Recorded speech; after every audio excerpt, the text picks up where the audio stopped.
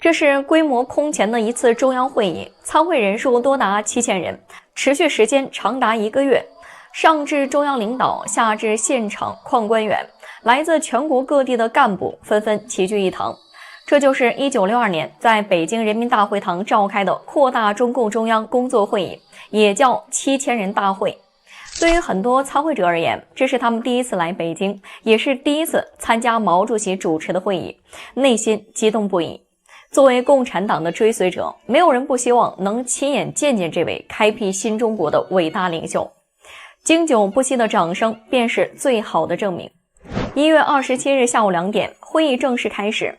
毛主席、劉少奇、周總理朱德、陳雲、鄧小平等中央領導人陸續現身。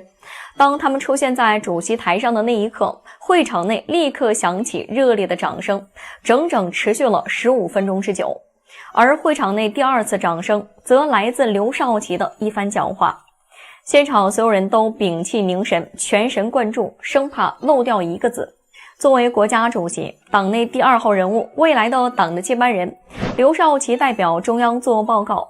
可與往常不同的是，底下的參會人員手中空空，沒有稿子，而劉少奇也沒有照着厚厚的一摞稿子念，只拿着薄薄幾張寫着提綱的紙，就輕裝上陣走上了主席台。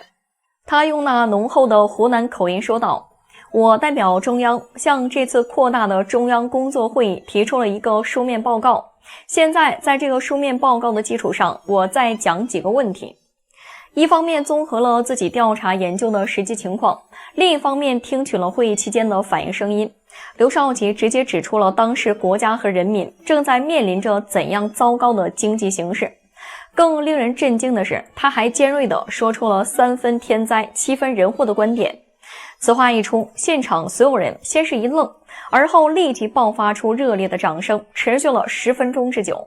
早在會議召開前，毛主席就做出了摒棄書面報告，不要在大會上念稿子的決定。